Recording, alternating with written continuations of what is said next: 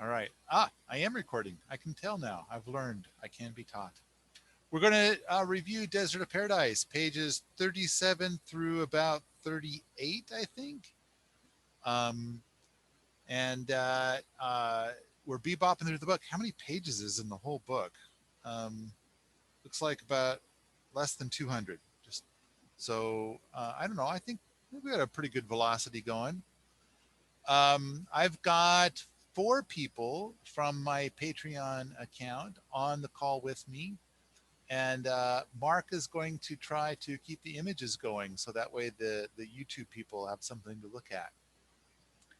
Um, and I think one of the people in the call is actually here at Wheaton Labs. I think I see Matt. And so Matt, are you the one that's here? You're the same Matt that I was just visiting with a half hour ago? Uh, yeah, that would be correct. Okay. So and you've got something going on in my oven right now. Yes, I'm currently baking bread, so I might pop out of the call at some point to check on that. All right. All right. Um, and are you doing it just because you like bread, or is there pep involved in this anyway? If there's a bread making pep, I did not see it. I just like making bread. Okay. I've, I've done it for a couple of years, and Josiah has a real good sourdough starter, so I figured I'd give it a whirl. Okay. Yeah, there's a BB for making bread. Um, I think you have to make two loaves or something like that. But and I know my life has been deep, deep, deep into all the skip and pep stuff. Well, for months now, but we are, I think, just like a week away from starting the Kickstarter. So by the time people hear this publicly, I think the Kickstarter might be going, but I'm not sure. Um, our start date is currently being discussed. I'd say right now there is a 90% chance that our start date for the Kickstarter will be um, April 1st. So April Fool's Day. So April 1st, no Get fooling. out of here. Get out of here. There's glass on the floor. Um, all right. Uh, the next piece that we're reading out of Desert or Paradise by Sepp Holzer, Restoring Hydrological Balance, the Creation of Water Landscapes. And then the first section within that is Understanding Hydrological Balance, example of a well. I did mark off a couple of interesting tidbits, and I think that there are some interesting things in here. But first of all, watch how water moves in a natural stream and create water landscapes accordingly. A lake should be built to enable three ways of water movement, with curved banks to allow a constant flow, aligned with the wind to allow wave movements, and deep and shallow zones to make the water move because of differences in temperature. The water would become stagnant without this natural design, but water needs to live. All right, I've got a lot to say about this one. Um, First of all, curved banks to allow a constant flow. Can somebody help me understand what that means? So, curved banks. Where's the curve? Which way is the curve? Which way of curve are we talking about? Well, I took it to mean that the river's not straight, and in hydrology, it's called sinuosity, like how long is the actual flow of water versus a straight line from the mouth to the headlands. So, like, rather than a bowl shape or a circle, you're talking about a meander shape. Yeah. And I think it's important that there's different depths too. So I think he's talking in all directions, or at least if I was going to build a river, that would be the most consistent with my experience of rivers. So the different depths part, I definitely understand that. And I love the idea of talking about that one a little bit more in a moment. And the thing where it's aligned with the wind to allow wave movements. So I've heard him say that many times, and I believe like I have a good understanding of that, but I kind of also feel like when you're standing in a spot and you're about to put in a pond, it's a lot harder than you might think. I mean, for Sepp, it's like on paper, he draws like, here's your pond. and then you've got a whole bunch of trees in kind of a V shape for here's the prevailing wind. And then you get all these trees put into this V shape so that the wind gets compacted to go over the pond. And it's like, okay, all right. Then you get to where the pond side is, and it's like, which way is the prevailing wind? No one knows. Surely there's prevailing wind. We just don't know where it's coming from or where it's going. And it's like, okay. Well, we're going to build a pond here. How do we encourage the prevailing wind to hit the water? And it's like, well, if you don't know which way the prevailing wind is, then you're just going to make a mess out of everything. So, well, we want the wind to get down here. And so, there's not going to be a lot of trees on the dam. Maybe we try to open things up on the opposite side of the dam, and now we've got an open channel. Who knows whether we just made it worse or made it better. But I want to go back to the thing that you were talking about a meander. So he's saying curved banks to allow a constant flow. Now, if there's not a lot of flow, like from a creek kind of a thing, I think that the curved banks thing isn't going to be very effective. Would you agree with that, Opalyn? I'm not sure I understand. All right, well, you're saying, because he says curved banks to allow constant flow. And you're saying, oh, he's suggesting that you're going to make a meander. And I'm thinking like, oh, yeah. All right. I kind of see that. But then in order for that to be curved banks to allow constant flow, and so then if there's not very much water moving in the system to begin with, then I don't think much happens when you build that kind of meander. So a couple of thoughts come up. And this image is a really great one because there's like pockets for the water to be slower. And the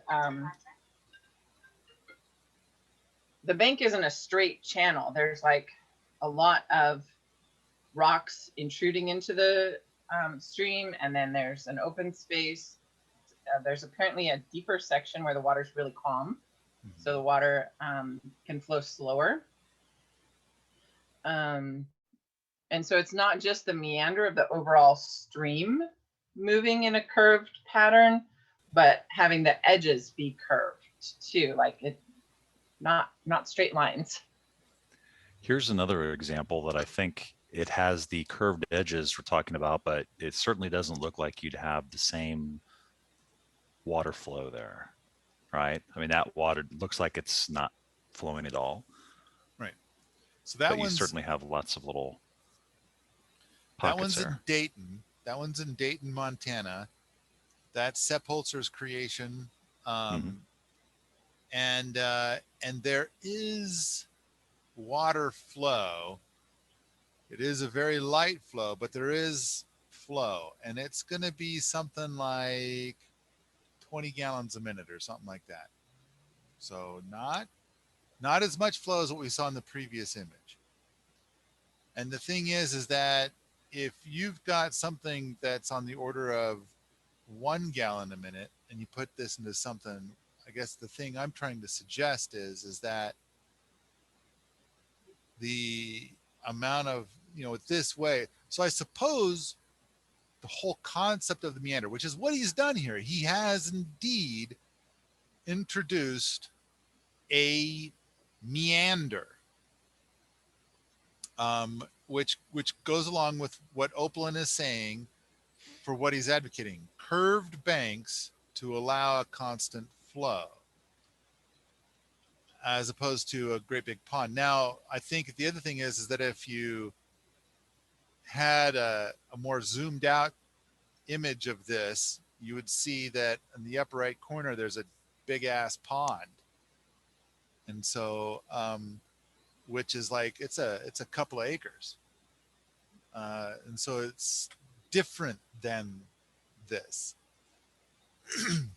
But okay, I it makes more sense. Okay, there's a picture of a big meander right there.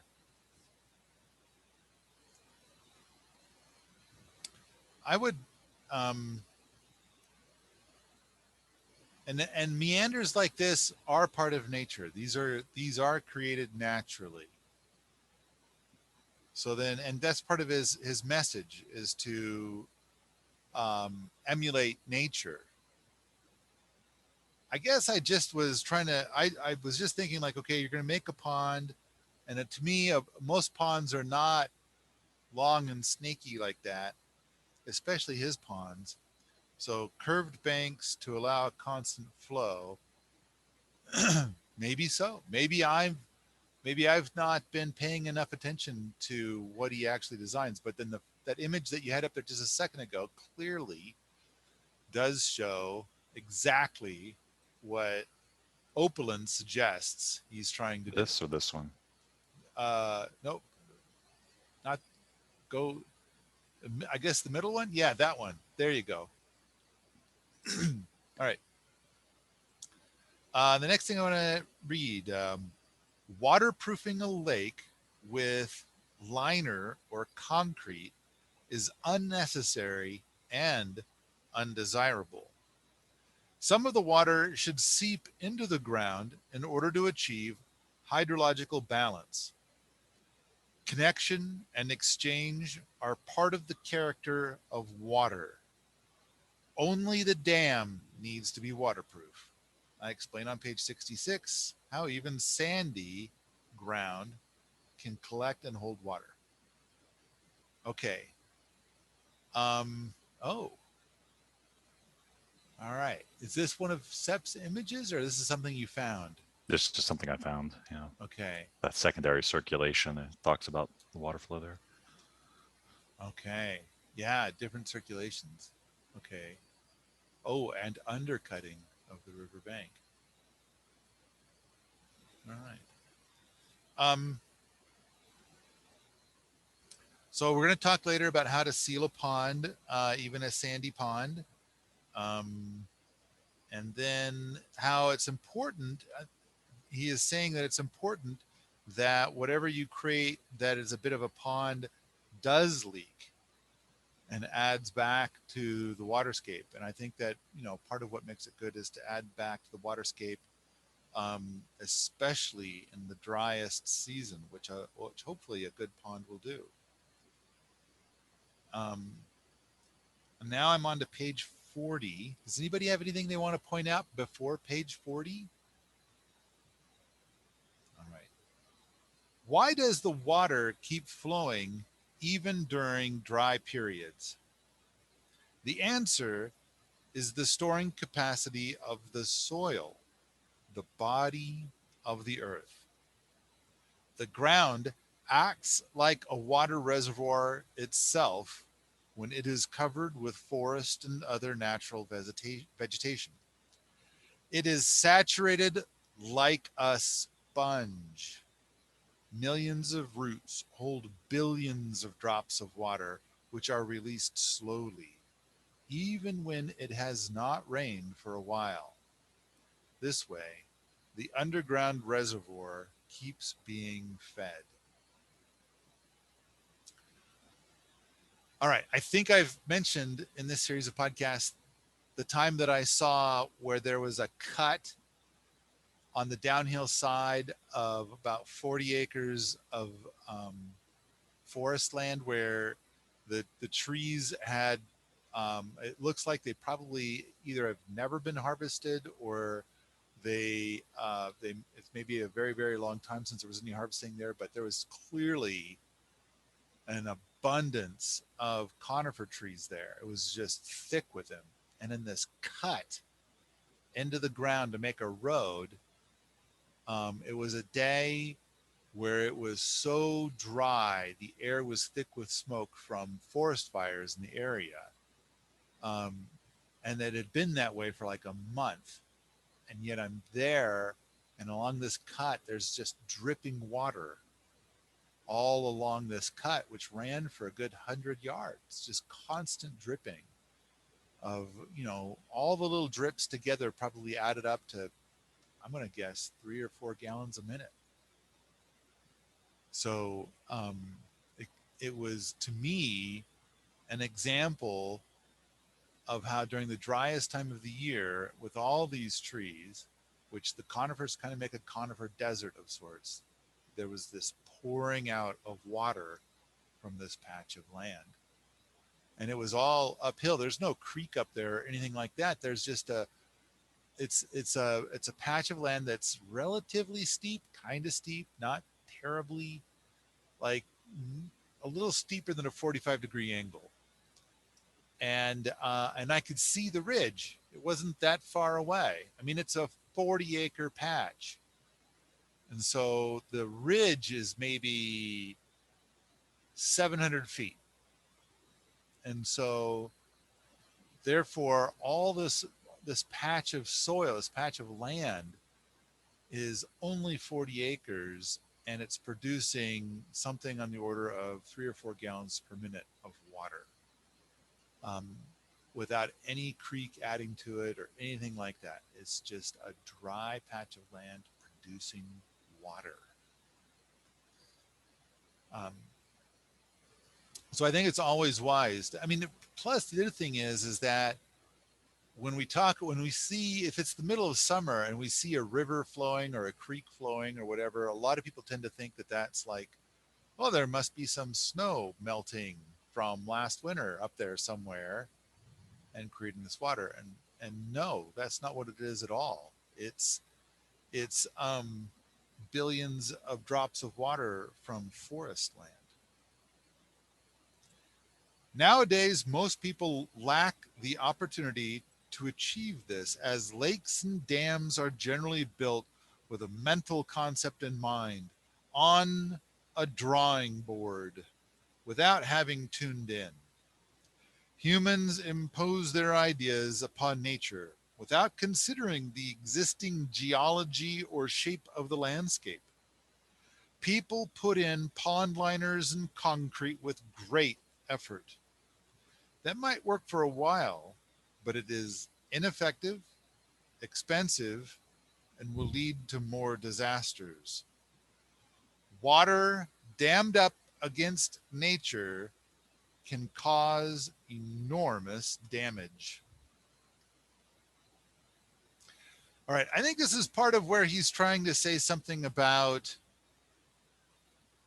creating a big concrete dam for the sake of hydropower, and basically like in the middle of some valley to create some sort of reservoir that's got many, many, many square miles is not nearly as good as something where you've created, let's say, 300 ponds that have the same surface area, and that the 300 ponds would have far more benefit. Now, I kind of wonder if I could take what he's saying and go onto his property and say, well, hey, Sepp, I'm looking at this pond you made that is 1/4 of an acre with a dam. And wouldn't it be better if you instead made like a couple of 100 big mud puddles? And I think that the answer is no. So I think that there's a lot to be said for a pond. I'm not sure about a big reservoir. So okay, there you've got a whole bunch of lakes And so would it be better to have, I don't know. So the question is 300 ponds versus a giant artificial lake.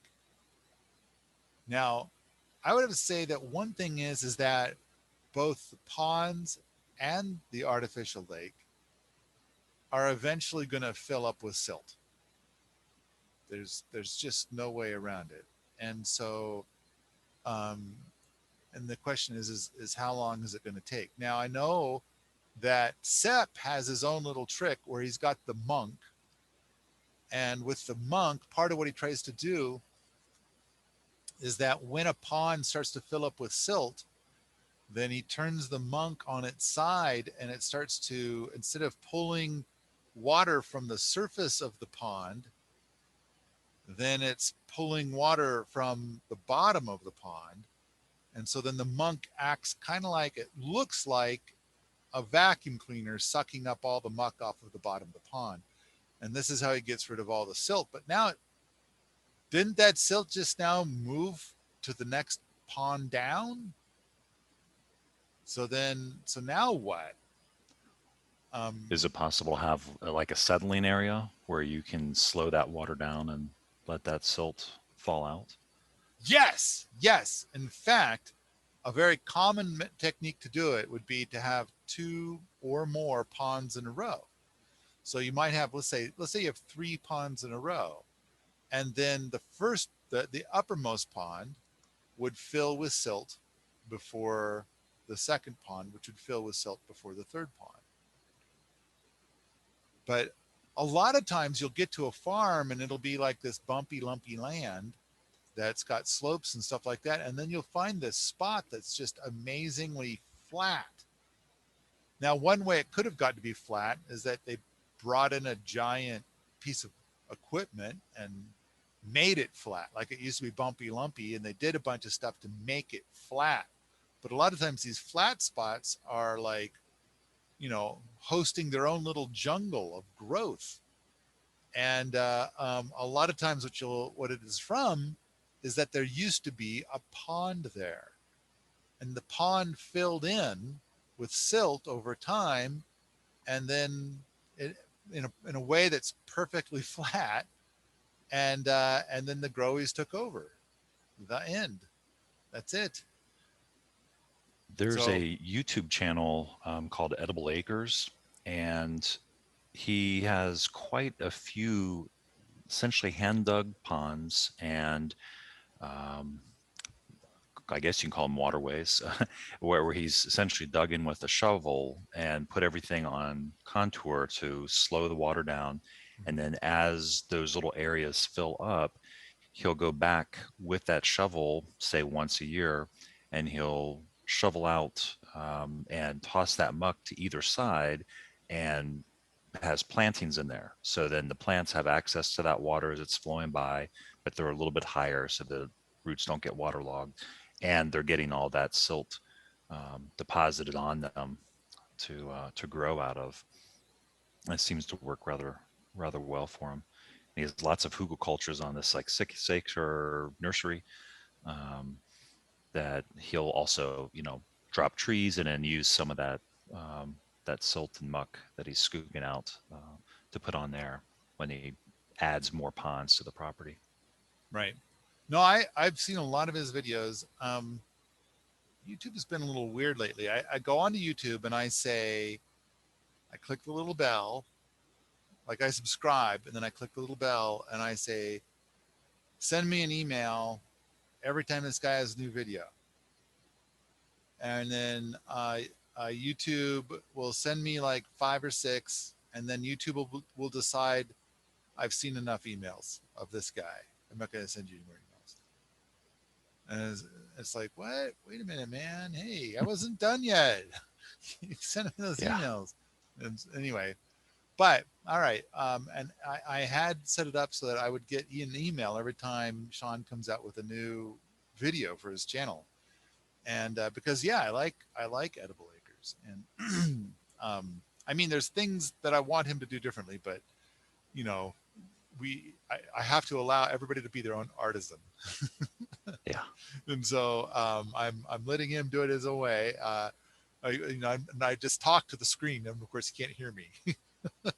I'm watching the video. I want that hugelkultur to be taller, and he never makes it taller.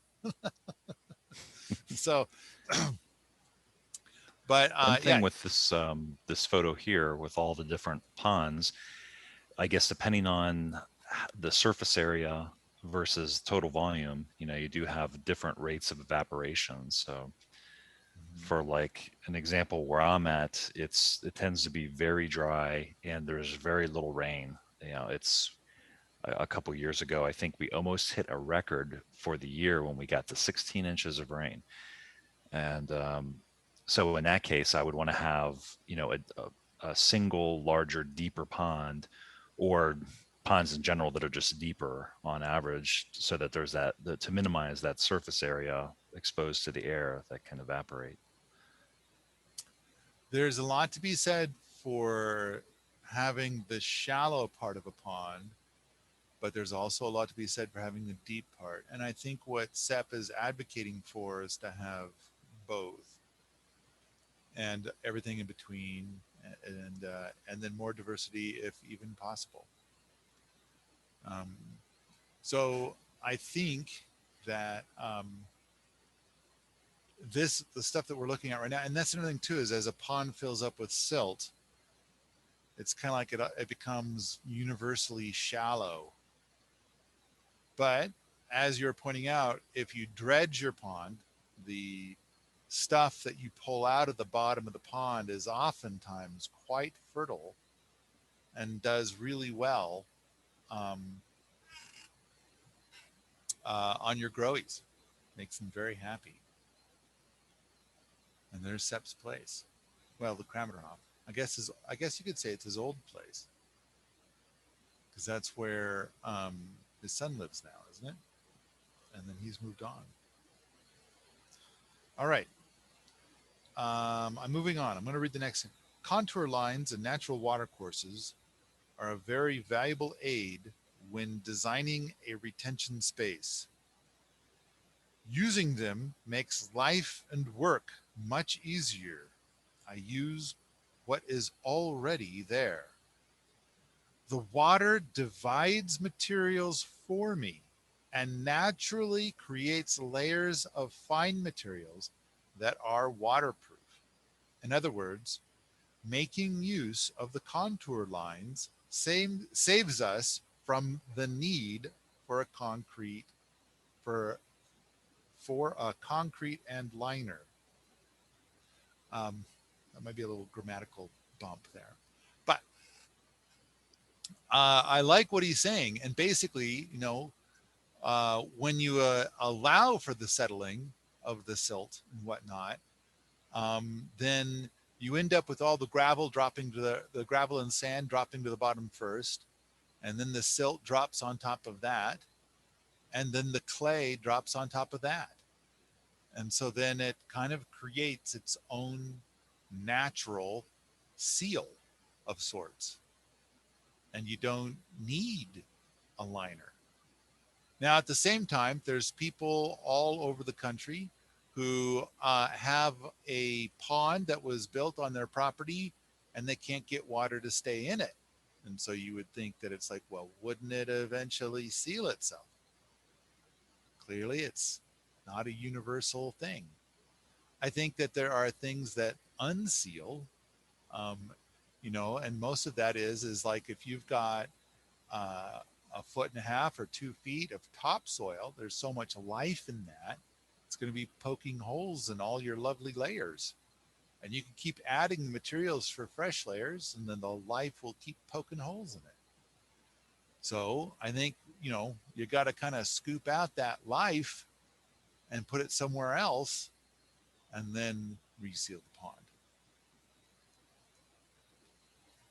All right. That's page 41. Page 42. Once we've learned to read the landscape and the different layers in the ground, we can see where to build our dam and where to have deep and shallow zones in our lake. We can choose a site where the water will collect naturally without needing to make it watertight with liners or concrete. This even works in sandy areas, as I have shown in the Extremadura in Spain.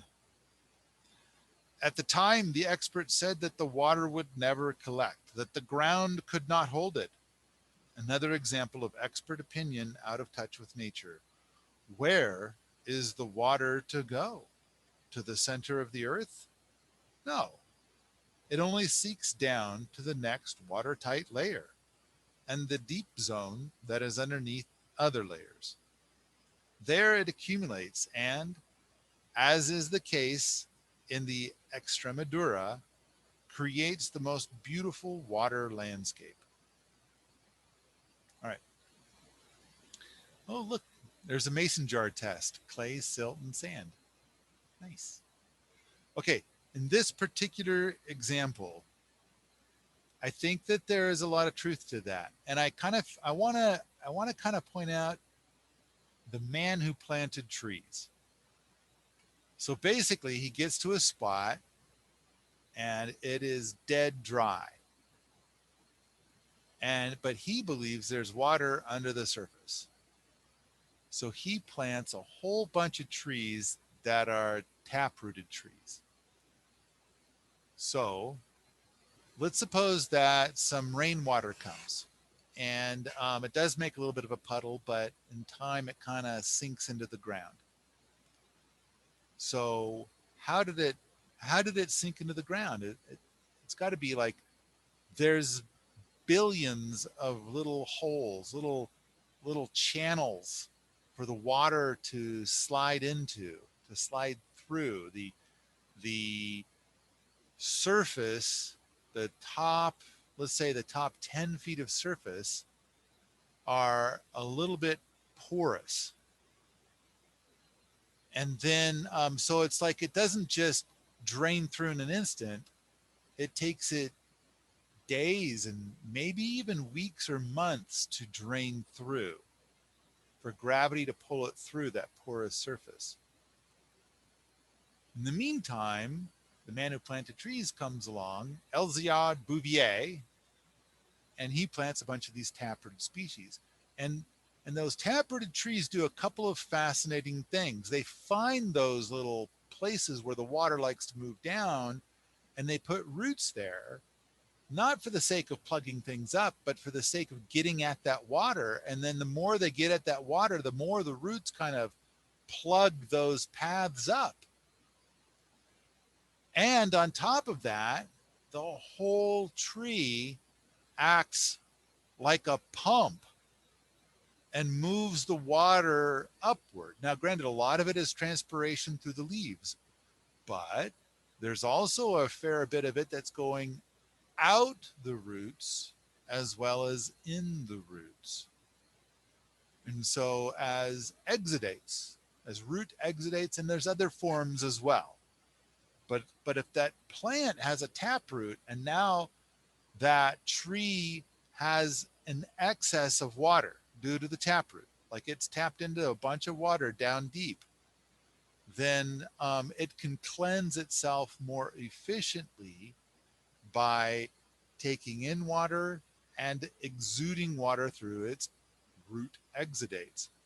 It basically, so as that water is moving down, like let's say it's going to take it a week to move down, and it takes the tree a day to move it back up, then we end up with more water near the surface than before.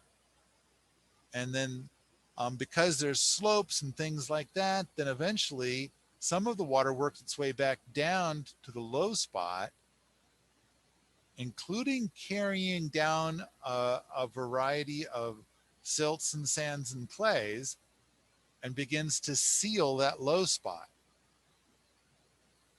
And a creek returns. All right. The thing I just said I have not seen in the book, but maybe it's going to come up later, but this is what I believe is happening when we watch The Man Who Planted Trees. As Now, does anybody have any questions about that, or does anybody have a similar observation? Nope. Okay.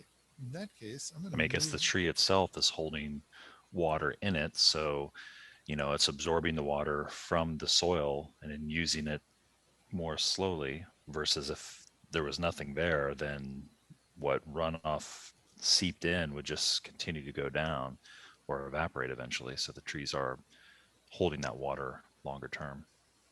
Well, I think part of it too is like the root exudate is mostly tree root hairs, which I think a root hair doesn't live more than it's like a root will put out a root hair and try to pull in nutrients from the soil.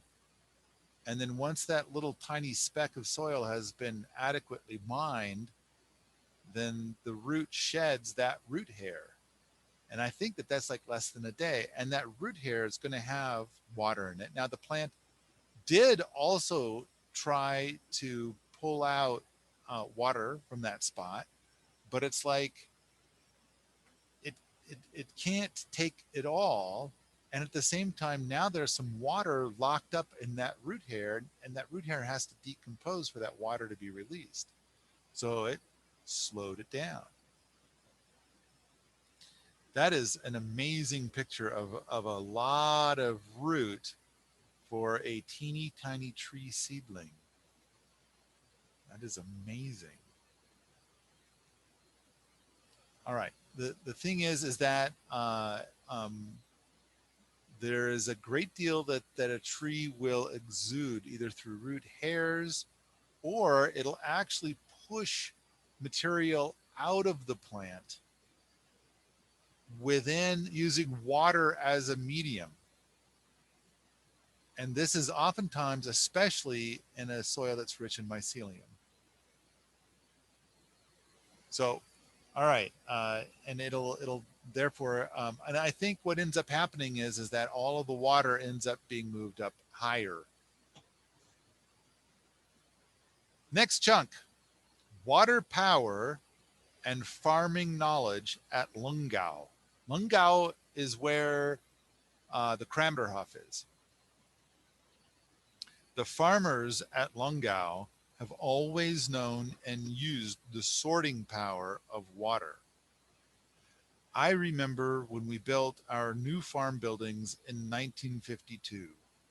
Such an undertaking was hard work in those days, and the preparations alone took 4 to 5 years.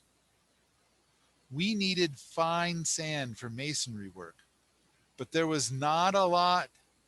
There was not a road to deliver it up to our place in those days. We would not have had the money anyway, so we had to produce it ourselves. We used the power of nature, which saved us a lot of work. My father dug a small trench and funneled some of the water from our well through it. Within this trench, he dug several deeper holes where the water would collect, and with it, the fine sand. The sand sank to the bottom of these holes, whereas the lighter soil was carried away by the water. This is how we got sand to build. The water separated the needed materials for us. The rougher sand for concreting and finer sand for walling. After every heavy rainfall in spring and autumn, we took our ox carts and collected the sand from the holes. I still remember the times while we were eating dinner and it started raining. We would get up straight away, yoke the oxen to the carts, and go out to collect the sand. As a small lad, it was my job to lead the oxen. It took us almost 5 years until we had enough sand to start building. We also caught the soil and returned it to higher ground on the mountainside. This taught me the power of water, a power we can use and direct in our work. All right. Now, here at my place, we have these pockets of sand and these pockets of clay and these pockets of all these different materials. And I think it's because of water that used to pass through this area, probably during the age of Lake Missoula. And so I'm kind of super fortunate in that way. Everything I've got lots of diversity in building materials. So moving on, that is all I have for this 10-page section that I've marked up. And of course, I think it's always good to remind people, hey, don't you want to buy this book? Go buy this book. That way, the publisher will be comfortable with us recording this stuff. All right, who's got, for this 10-page, 11-page section that we are doing today, who's got any of their own notes? Nobody. All right. Any other comments or questions about any of this? Nope. All right. I guess we're done for today, folks. That was easy. That was quick. That was a short one. If you like this sort of thing, come on out to the forums at permies.com, where we talk about the mighty, the glorious, the amazing Sepp Hozler, homesteading, and permaculture all the time. All All the the time. time.